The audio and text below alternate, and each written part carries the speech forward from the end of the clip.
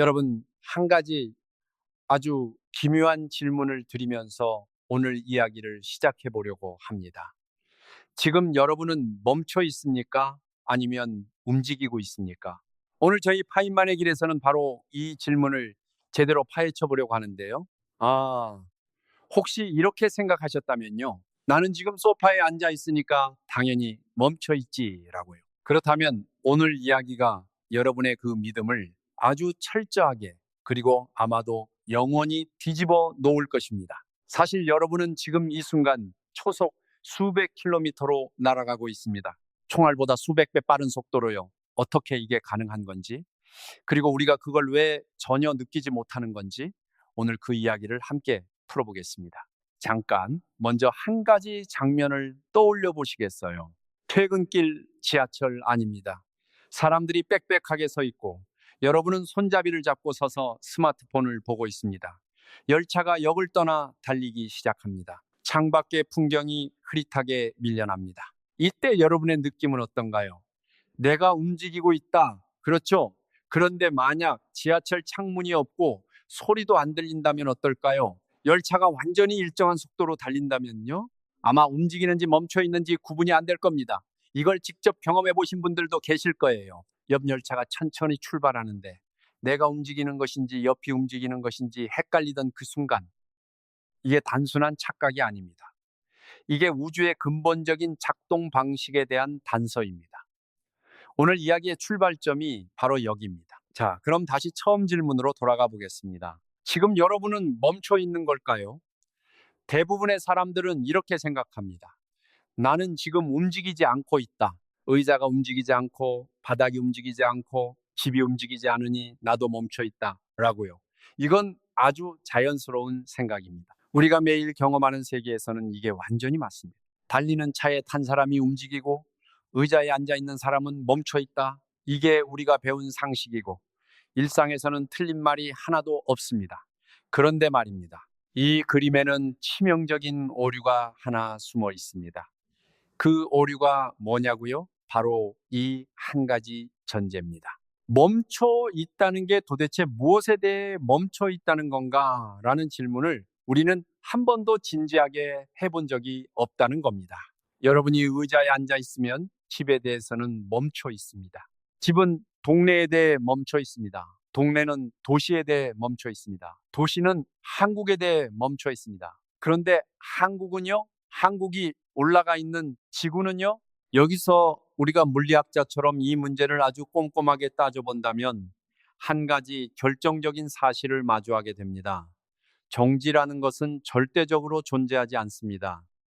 어떤 기준점을 잡느냐에 따라 같은 물체가 멈춰 있을 수도 있고 엄청난 속도로 달리고 있을 수도 있습니다. 위대한 물리학자 리처드 파인만이 자주 강조했던 게 바로 이겁니다. 우리가 던지는 질문들 상당수에는 이런 식의 숨겨진 전제가 깔려 있고, 그 전제를 한 번도 의심하지 않으면 엉터리 질문을 하고 있으면서도 그게 옳은 줄 알게 된다고요. 멈춰 있냐는 질문도 마찬가지입니다. 무엇에 대해 멈춰 있냐고 먼저 물어야 합니다. 그렇다면 진짜 질문은 이겁니다. 지금 여러분의 몸은 우주에서 과연 어느 기준으로 봐도 멈춰 있을 수 있을까요? 이걸 한번 가만히 음미해 보세요. 이제부터 우리 함께 한 층씩 한 층씩 올라가 볼 겁니다. 매 층마다 여러분이 당연하다고 믿어온 그림이 무너집니다. 그리고 매 층마다 속도가 더해집니다. 첫 번째 층입니다. 지구 자전. 지구는 지금 이 순간도 자전하고 있습니다. 서쪽에서 동쪽으로 하루에 한 바퀴씩. 그럼 우리가 올라타 있는 지구 표면은 얼마나 빠르게 돌고 있을까요? 적도 기준으로 초속 약 465m입니다. 시속으로 따지면 1600km가 넘어요. 이게 얼마나 빠른 건지 감이 안 오신다면 이렇게 비교해 보겠습니다. 소총에서 발사되는 총알의 속도가 대략 초속 900m에서 1000m 수준입니다. 우리가 서 있는 이 지구 표면이 그 총알 속도의 절반 수준으로 지금 돌고 있다는 겁니다. 서울이 위치한 북위 약 37도에서는 위도가 높아질수록 조금 줄어들어서 대략 초속 370m 정도가 됩니다. 하지만 여전히 총알보다 빠릅니다. 그런데 왜 우리는 이걸 느끼지 못하는 걸까요? 답은 간단합니다. 대기도, 바다도, 우리 몸도, 심지어 커피잔 속의 커피도 전부 다 같은 속도로 함께 돌고 있기 때문입니다. 속도 자체는 느낄 수 없습니다. 우리가 느끼는 건 속도의 변화, 즉 가속도뿐입니다. 기차가 출발하거나 멈출 때 느끼는 그것처럼요. 지구 자전의 가속도는 너무 작아서 우리 몸이 감지할 수 없는 수준입니다. 그래서 고요하게 느껴집니다. 하지만 이 자전이 흔적을 남기지 않는 건 아닙니다. 태풍이 북반구에서는 반시계 방향으로 도는 것 아시죠? 코리올리 효과입니다. 지구가 자전하기 때문에 대기가 휘어지고 그 결과 태풍이 그런 모양으로 돌게 됩니다. 우리가 느끼지 못하는 초속 370m의 회전이 하늘에서는 거대한 소용돌이를 만들고 있는 겁니다. 자, 여기서 아주 자연스럽게 한층 더 깊은 질문이 떠오릅니다. 자전으로 우리가 초속 370m로 돈다는 걸 알았습니다. 그러면 지구 자체는 어떨까요? 지구는 태양 주위를 공전하고 있습니다. 이 속도는 얼마나 될까요? 대부분의 분들은 지구 공전이 빠르다고는 알고 계십니다. 그런데 막연하게 빠르다는 걸 아는 것과 구체적으로 얼마나 빠른지를 실감하는 건 완전히 다른 이야기입니다. 지구는 태양 주위를 1년에 한 바퀴 돌고 있습니다. 그 궤도의 평균 반지름이 약 1억 4,960만 킬로미터입니다. 이걸 1년이라는 시간으로 나눠보면 지구의 공전 속도가 나옵니다. 초속 약 29.8km, 시속으로 환산하면 약 10만 7천 킬로미터입니다. 감이 안 오신다고요? 저도 그래서 이렇게 바꿔 생각해 봤습니다. 음속이 대략 초속 340m죠. 지구 공전 속도는 그 음속의 무려 87배입니다. 제트기보다 수십 배 빠릅니다. 저 아까 얘기했던 총알은 이제 비교도 안 됩니다. 그냥 우주선 수준입니다. 그런데 이게 진짜 흥미로운 포인트입니다. 이 속도는 우리가 로켓이나 연료로 억지로 얻어낸 게 아닙니다. 태양계가 형성될 때부터 지구가 원래 갖고 있던 속도입니다. 가군동량 보존이라는 물리법칙 때문에 태양계의 초기 가스구름이 수축하면서 이미 갖고 있던 미세한 회전이 엄청나게 증폭된 결과입니다. 피겨스케이터가 팔을 몸쪽으로 모으면 회전이 빨라지는 것처럼요. 우리는 태어난 순간부터 이미 이 속도를 갖고 있었습니다. 그런데 여기서 잠깐 거의 초속 30km라는 게 뭘 의미하는지 다시 생각해 봐야 합니다. 아침에 커피를 한 잔 내릴 때 딱 1분이 걸린다고 해봅시다.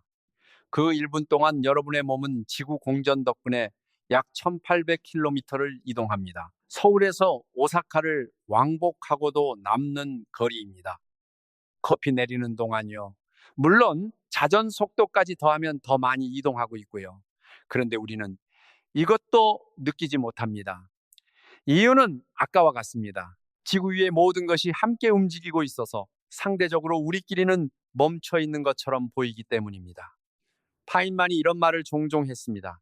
우리가 이해했다고 착각하는 것들은 대부분 너무 익숙해서 질문을 멈춰버린 것들이라고요. 멈춰 있다는 느낌이 딱 그런 경우입니다. 너무 익숙해서 한 번도 제대로 의심해 본 적이 없는 개념. 이걸 한번 가만히 음미해 보세요. 우리가 방금 발견한 것은 이겁니다. 지구 자전으로 초속 370m, 공전으로 초속 약 30km. 그런데 이 두 속도는 방향이 다릅니다. 지구는 자전하면서 동시에 공전하고 있으니까요. 그래서 단순히 더하는 게 아니라 매 순간마다 두 속도의 벡터 합산이 달라집니다. 어쨌든 중요한 건 우리가 이미 어마어마한 속도로 이동하고 있다는 겁니다. 그런데 진짜 기묘한 부분은 아직 말씀드리지 않았습니다. 우리는 지금까지 태양을 기준으로만 이야기했습니다. 지구가 태양 주위를 돈다. 그런데 태양 자체는요? 태양도 어딘가를 돌고 있을까요? 자, 여기서 한층 더 내려갑니다.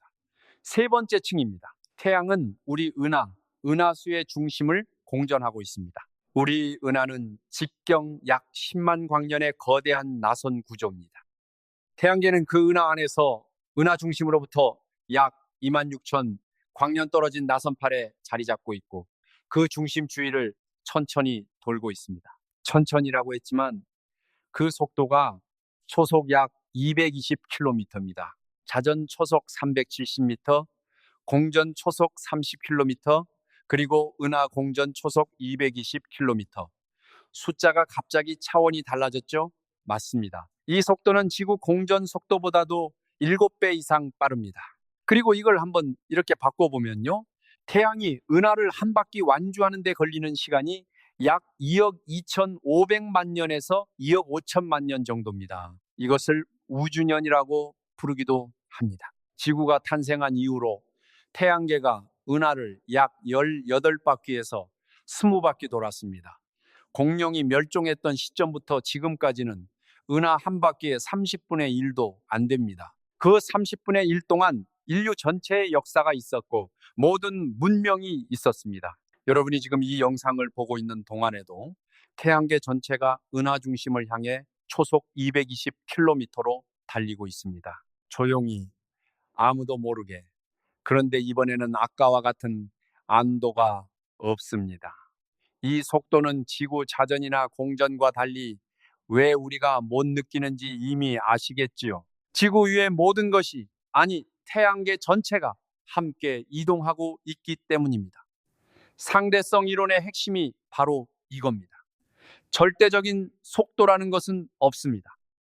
오직 상대적인 속도만 존재합니다. 그리고 우리는 태양계 위에서 태양계와 함께 은하를 달리고 있기 때문에 서로를 기준으로 했을 때는 멈춰 있는 것처럼 느껴지는 겁니다. 자, 여기서 아주 자연스럽게 한층 더 깊은 질문이 머리를 스칩니다. 그러면 은하수 자체는요? 은하도 어딘가를 향해 움직이고 있지 않을까요? 바로 여기서부터 상황이 진짜 기묘해집니다. 우리 은하수는 국부 은하군이라는 곳에 속해 있습니다. 안드로메다 은하, 마젤란 은하 등 약 50여 개의 은하들이 중력으로 묶인 집단입니다.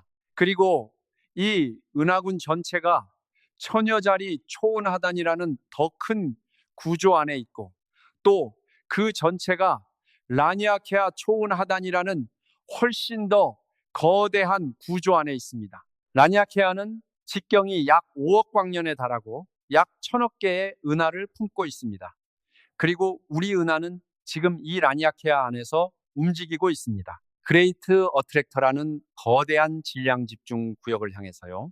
이 방향으로 우리 은하가 이동하는 속도 초속 약 600km입니다. 잠깐만요. 숫자들을 정리해 보겠습니다. 지구 자전으로 초속 370m, 지구 공전으로 초속 약 30km, 태양의 은하 공전으로 초속 약 220km, 은하가 우주 배경 복사 기준으로 이동하는 속도 초속 약 600km 이상. 여기서 우주 배경 복사 이야기를 잠깐 드려야 할 것 같습니다. 우주 배경 복사라는 게 무엇이냐 하면요. 빅뱅 이후 약 38만 년이 지났을 때 우주가 충분히 식으면서 빛이 처음으로 자유롭게 날아다닐 수 있게 됐습니다.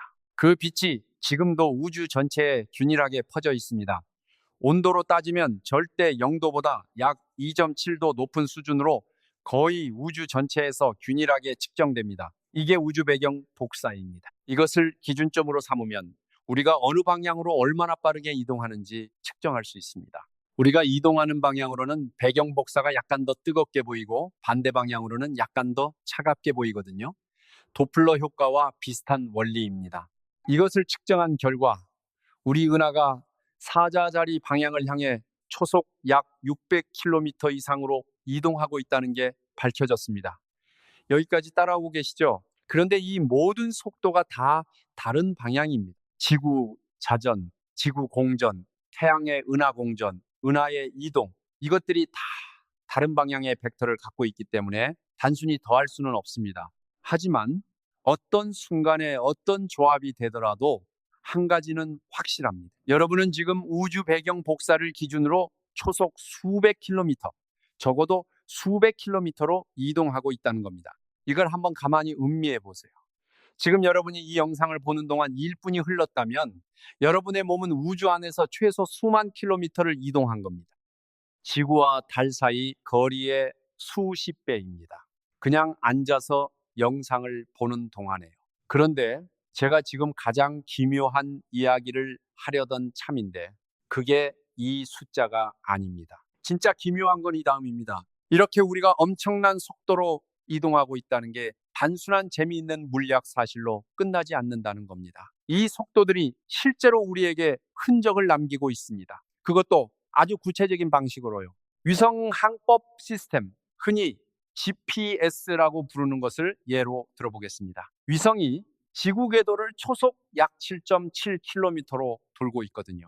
이 정도 속도면 아인슈타인의 특수 상대성 이론에 따라 지구 표면보다 시간이 약간 다르게 흐릅니다. 빠르게 움직이는 물체에서는 시간이 조금 더 느리게 흐르거든요. 하루에 약 10만 분의 7초씩 차이가 생깁니다. 작아 보이죠?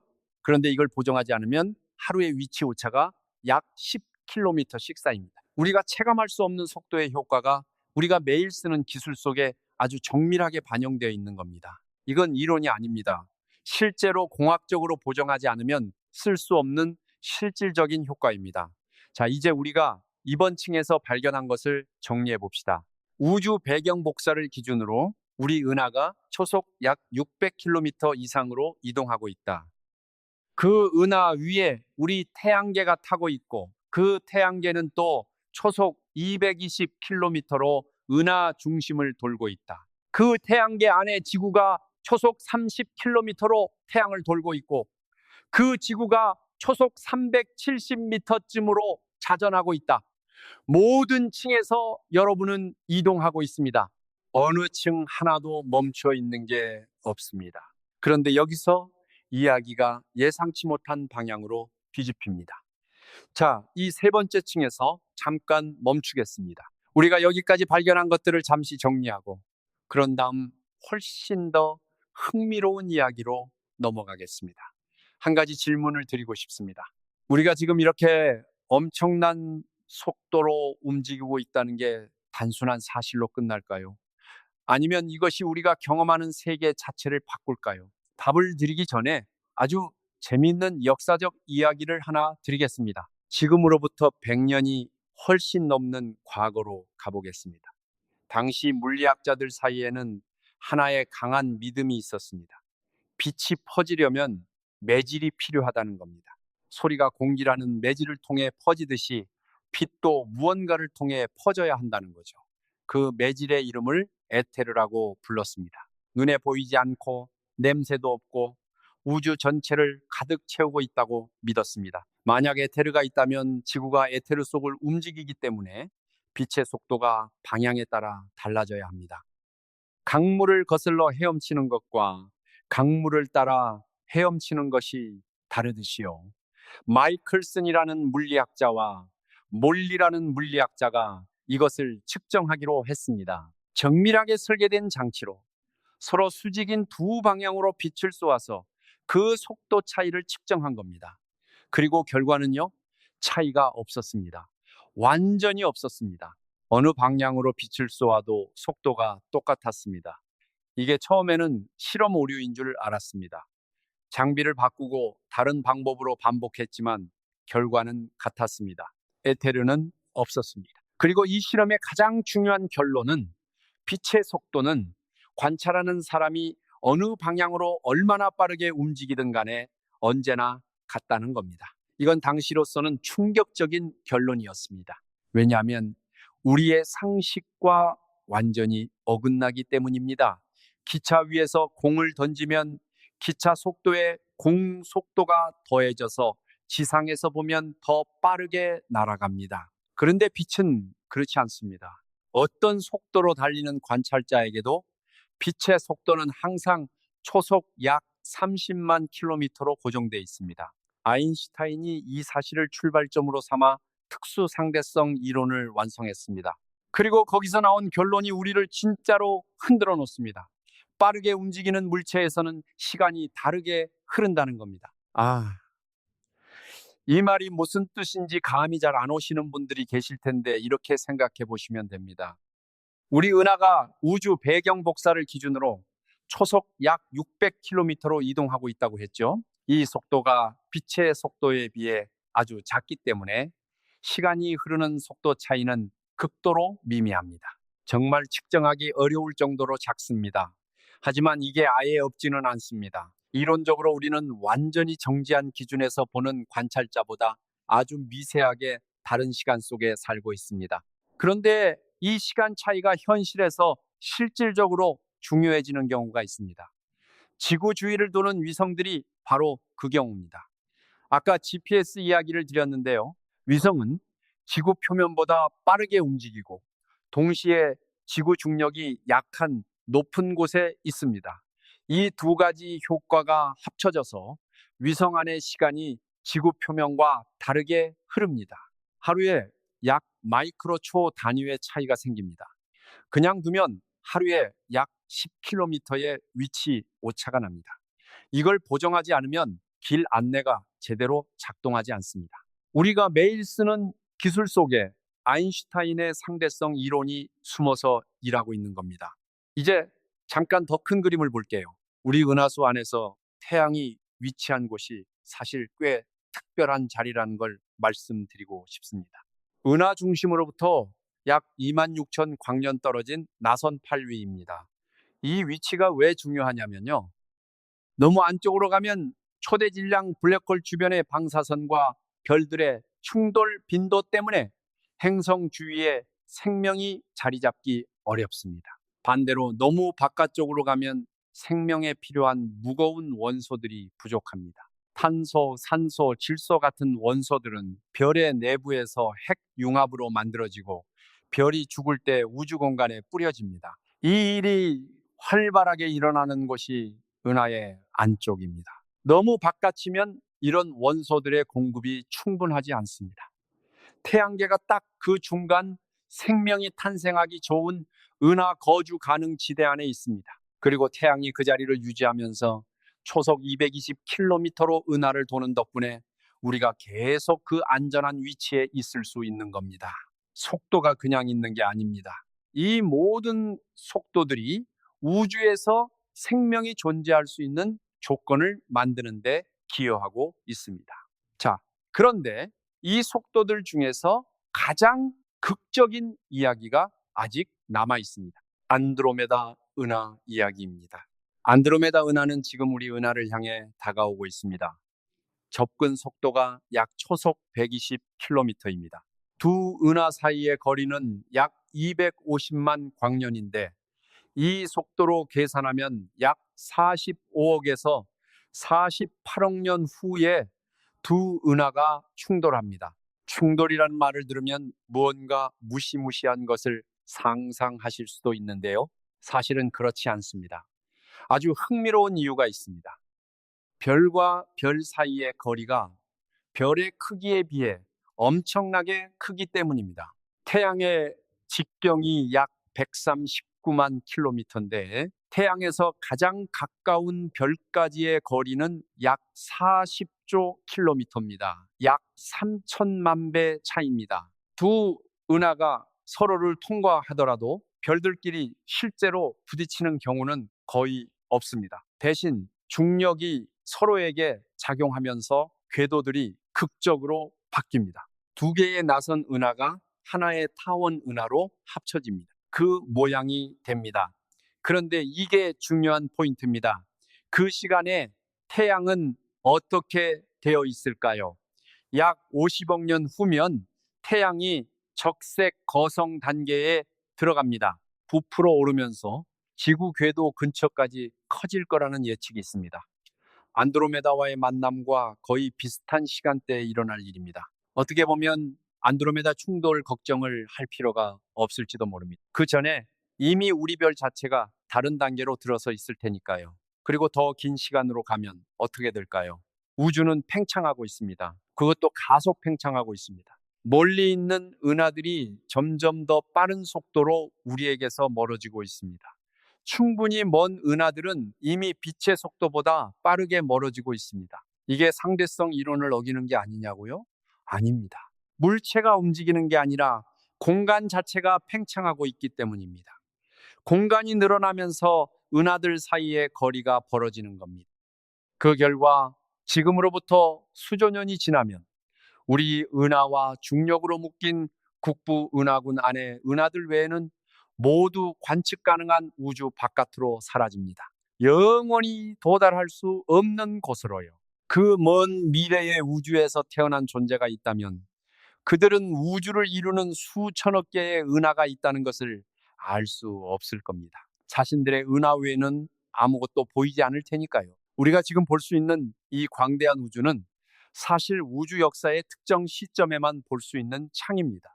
그 창이 아직 열려 있을 때 우리가 이 자리에 있는 겁니다. 자, 이제 모든 것이 연결되는 시점에 왔습니다. 그런데 이 속도 이야기가 사실 훨씬 더 깊은 곳으로 우리를 데려갑니다. 지금까지 우리는 속도를 공간의 변화로 생각했습니다. 어디서 어디로 얼마나 빠르게 이동하느냐. 그런데 아인슈타인이 발견한 것은 그보다 훨씬 더 근본적입니다. 속도는 공간만이 아니라 시간도 바꿉니다. 이걸 이렇게 이해해 보시면 어떨까요? 상상해 보세요. 두 사람이 있습니다. 한 사람은 지금 여기 의자에 앉아 있고 다른 한 사람은 매우 빠른 우주선을 타고 있습니다. 우주선을 탄 사람이 지구에서 멀어지면서 1년을 보냈다고 합시다. 그 사람이 돌아왔을 때 지구의 사람은 1년보다 더 많은 시간을 살았을 겁니다. 빠르게 이동하는 사람에게서는 시간이 더 천천히 흐르기 때문입니다. 이게 공상과학소설의 이야기가 아닙니다. 실험으로 확인된 사실입니다. 물론 일상적인 속도에서는 그 차이가 너무 작아서 측정하기 어렵습니다. 하지만 입자 가속기 안에서 빛의 속도 가까이 가속시킨 입자들에서는 이 효과가 뚜렷하게 나타납니다. 뮤온이라는 입자가 있는데요. 우주 방사선이 대기권에 부딪혀 만들어지는 입자입니다. 이 입자의 수명이 아주 짧아서 대기권 상층에서 만들어지면 지표면에 도달하기 전에 사라져야 이론적으로 맞습니다. 그런데 실제로는 많은 수의 뮤온이 지표면까지 도달합니다. 빛의 속도 가까이 이동하기 때문에 그 입장에서는 시간이 아주 천천히 흘러서 수명이 연장된 것처럼 보이는 겁니다. 이게 상대성 이론의 실제 증거 중 하나입니다. 자, 이 이야기를 우리의 속도에 적용해 보면 어떻게 될까요? 우리가 우주 배경 복사 기준으로 초속 약 600km로 이동하고 있다고 했습니다. 이 속도가 빛의 속도, 초속 약 30만 km에 비하면 아주 작기 때문에 시간이 다르게 흐르는 효과는 극히 미미합니다. 이론적으로 계산하면 1년에 몇 초 수준도 안 됩니다. 우리 수명 동안 느껴지는 차이는 없다고 봐야 합니다. 그런데 이 이야기가 흥미로운 건 수치가 커서가 아닙니다. 우리 모두가 지구 위에서 같은 속도로 움직이기 때문에 우리 사이에서는 시간이 같은 속도로 흐릅니다.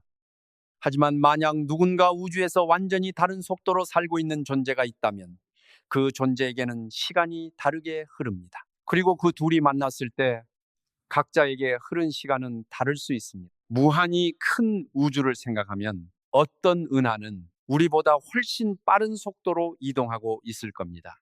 그 은하 안에 존재가 있다면 그들에게 흐르는 시간은 우리와 다릅니다. 우주에는 하나의 통일된 시계가 없습니다. 모든 곳에서 속도에 따라 시간이 다르게 흐르고 있습니다. 이것이 아인슈타인 이전 세계관과 이후 세계관의 가장 근본적인 차이입니다.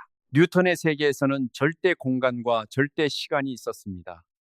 우주 어딘가에 거대한 시계가 하나 있어서 모든 것이 그 시계에 맞춰 똑같이 흐른다는 생각이었죠. 아인슈타인이 그것을 무너뜨렸습니다. 절대 공간도 없고 절대 시간도 없습니다. 모든 것은 관찰자에 따라 다릅니다. 오직 빛의 속도만이 어느 관찰자에게도 같습니다. 이걸 시공간이라는 개념으로 묻습니다. 공간 3차원과 시간 1차원이 하나로 얽힌 구조입니다. 공간에서 빠르게 이동하면 시간 방향으로는 느리게 이동합니다. 반대로 완전히 정지한 물체는 시간 방향으로만 최대 속도로 이동합니다. 이게 무슨 뜻이냐면요.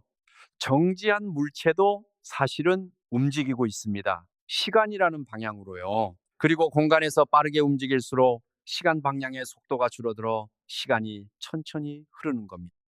우리가 초속 600km로 이동한다는 것은 그만큼 시간 방향의 이동이 조금 줄어든다는 뜻입니다. 물론 그 차이는 우리가 느끼기엔 너무 작습니다. 하지만 원리적으로는 그렇습니다. 그러고 보면 멈춰 있다는 게 어쩌면 시간 방향으로 최대 속도로 이동한다는 뜻일 수도 있습니다. 공간에서 멈출수록 시간이 가장 빠르게 흐릅니다. 공간에서 빠를수록 시간은 느립니다.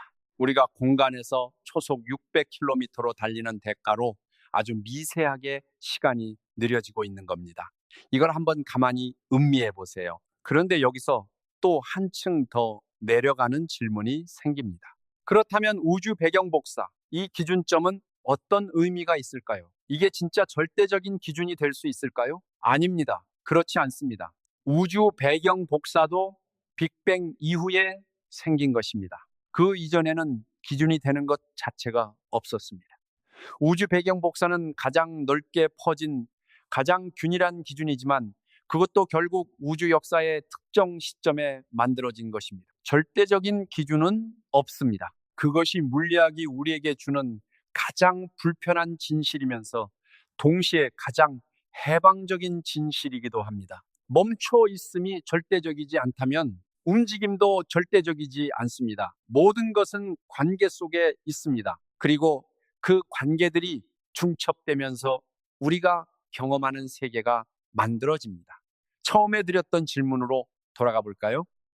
지금 여러분은 멈춰 있습니까? 이 질문에 답하기 전에 한 가지만 더 짚고 넘어가고 싶습니다. 인류가 만든 물체 중에서 가장 빠른 것, 그리고 지구를 가장 멀리 떠난 것이 무엇인지 아시나요? 보이저 1호입니다. 1977년에 발사된 탐사선으로 지금쯤은 태양계를 벗어나 성간 우주를 날고 있습니다. 현재 속도는 초속 약 17km입니다. 인간이 만든 물체 중에 역대 최고 수준의 속도입니다. 그런데 그 속도로 가장 가까운 별, 프록시마 켄타우리까지 가려면 얼마나 걸릴까요? 약 7만 년 이상입니다. 7만 년이요. 우리가 최선을 다해 만든 가장 빠른 기계의 속도로 가장 가까운 별까지의 여행에 인류 전체 역사보다 훨씬 긴 시간이 걸립니다. 그런데 동시에 태양이 은하를 초속 220km로 공전하고 있습니다. 보이저 1호보다 13배 빠른 속도로 우리 모두가 지금 이 순간 날아가고 있습니다. 로켓 없이 연료 없이 아무 노력도 없이 그냥 우주가 그렇게 작동하고 있어서요. 이 속도들은 우리가 얻은 게 아닙니다. 우주가 처음부터 이 방식으로 돌아가고 있었고 우리는 그 안에서 태어났습니다. 우주가 우리에게 무상으로 준 속도들입니다. 그리고 이 속도들 위에서 우리는 아주 짧은 시간 동안 의식이 있는 존재로 존재하고 있습니다. 우주의 나이가 약 138억 년입니다. 인류가 등장한 건 약 30만 년 전이고요. 이것을 비율로 계산하면 우주 역사 전체에서 인류가 차지하는 시간은 약 2만 3천분의 1 정도입니다. 하루 24시간으로 비유하면 우주가 하루 동안 존재했다면 인류는 마지막 약 4초 동안만 있었습니다. 그 4초 안에 우리가 별을 보고 속도를 측정하고 우주의 팽창을 발견하고 지금 이 이야기를 하고 있는 겁니다. 이 모든 속도를 알고 나면 많은 분들이 이런 느낌을 받으십니다. 어쩐지 불안하다 혹은 허탈하다라고요. 그 느낌 충분히 이해합니다. 저도 처음 이걸 제대로 생각해 봤을 때 잠깐 그런 기분이 들었습니다. 내가 서 있다고 생각한 발판이 사실 엄청난 속도로 달리는 기차 위였다는 걸 안 것 같은 느낌. 든든하다고 생각했던 그 안정감이 착각이었다는 것 같은 느낌. 그런데 말입니다. 이건 세상을 바라보는 시점이 아주 중요하게 뒤집히는 순간입니다. 이 속도들을 공포로 느낄 수도 있습니다. 하지만 물리학의 관점에서 보면 이 속도들이 없었다면 우리도 없었습니다. 어떻게 된 이야기냐고요? 지구가 태양 주위를 초속 약 30km로 공전하고 있기 때문에 태양열이 지구 전체에 고르게 분배됩니다. 만약 지구가 태양으로부터 완전히 정지해 있다면 태양 쪽 면은 타버리고 반대면은 얼어붙을 겁니다. 공전이라는 운동이 생명이 존재할 수 있는 환경을 만들고 있는 겁니다. 태양이 은하를 초속 220km로 공전하는 것도 마찬가지입니다. 은하 중심에 너무 가까우면 어떻게 될까요? 초대질량 블랙홀과 수많은 별들이 밀집해 있는 그 영역에서는 강력한 방사선과 잦은 충돌이 생명체의 탄생을 방해합니다. 태양이 은하 외곽에서 적당한 속도로 공전하면서 적당한 위치를 유지하고 있기 때문에 우리가 그 안전지대에 있을 수 있는 겁니다. 천문학자들은 이걸 은하 거주 가능 지대라고 부릅니다. 이 속도들이 우리를 살아있게 만들고 있습니다. 그런데 여기서 한 발 더 나아가면 더 근본적인 사실에 닿습니다. 여러분, 몸을 이루는 원자들, 칼슘, 탄소, 산소, 질소, 이것들은 어디서 왔을까요? 이 원소들 중 많은 것들이 별의 폭발에서 왔습니다. 초신성이라고 하는 거대한 별이 생을 마감할 때 일어나는 그 폭발 말입니다. 그 폭발에서 나온 물질들이 우주 공간으로 흩어지고 수억 년의 시간 동안 이리저리 떠돌다가 우리 태양계를 만든 가스 구름에 섞였고 그 가스 구름에서 지구가 만들어졌고 그 지구 위에서 생명이 탄생하면서 그 원소들이 여러분의 몸을 이루게 됐습니다. 태양이 은하를 수십 바퀴 도는 동안 이 모든 일이 일어났습니다. 우리가 지금 초속 수백 킬로미터로 날아가고 있는 건 우주가 그렇게 움직이고 있어서가 아닙니다. 우주는 처음부터 이 방식으로만 작동해 왔고 바로 그 방식 속에서 여러분이 탄생했습니다. 초속 600km의 여행자가 아닌 초속 600km 덕분에 존재하는 사람이라는 거죠. 그러고 보면 처음 질문으로 돌아가 보겠습니다. 지금 여러분은 멈춰 있습니까? 이제 이 질문이 전혀 다르게 들리실 겁니다. 우리가 처음에 당연히 멈춰 있다고 생각했던 건 사실 기준점을 아주 작게 잡아서 그렇게 보였던 겁니다. 집을 기준으로, 도시를 기준으로, 지구를 기준으로 보면 멈춰 있습니다. 그러나 그 기준점을 하나씩 더 넓게 잡을 때마다 멈춰 있다는 느낌은 사라지고 대신 속도가 나타납니다. 그리고 그 속도의 끝에는 우주 배경 복사를 기준으로 한 초속 600km 이상의 운동이 있습니다. 파인만이 학생들에게 종종 이야기했던 것이 있습니다. 자연을 이해하려면 우리가 편의상 잡은 기준점이 진짜인지를 계속 의심해야 한다는 겁니다. 멈춰 있다는 느낌, 안정적이라는 느낌, 이것들은 우리가 일상 속에서 아주 작고 편리한 기준점을 잡고 있기 때문에 생기는 겁니다. 우주 전체로 기준을 확장하면 정지는 없습니다. 물론 이건 현재 우리가 아는 물리학 안에서의 이야기이고 더 깊은 곳에서는 우리가 아직 모르는 것들도 많이 있습니다. 암흑 에너지나 암흑 물질 같은 것들은 우주 에너지의 대부분을 차지하지만 그 정체를 우리는 아직 알지 못합니다. 하지만 운동이 상대적이라는 것, 절대적 정지는 없다는 것, 이건 아인슈타인 이후 굳건하게 확인된 사실입니다. 자, 오늘 이야기를 결론부터 말씀드리자면 우리가 처음에 당연하다고 믿었던 것들, 멈춰 있다는 느낌, 안정적이라는 감각, 이것들은 착각이 아닙니다. 다만 아주 좁은 기준에서만 성립하는 사실이었던 겁니다.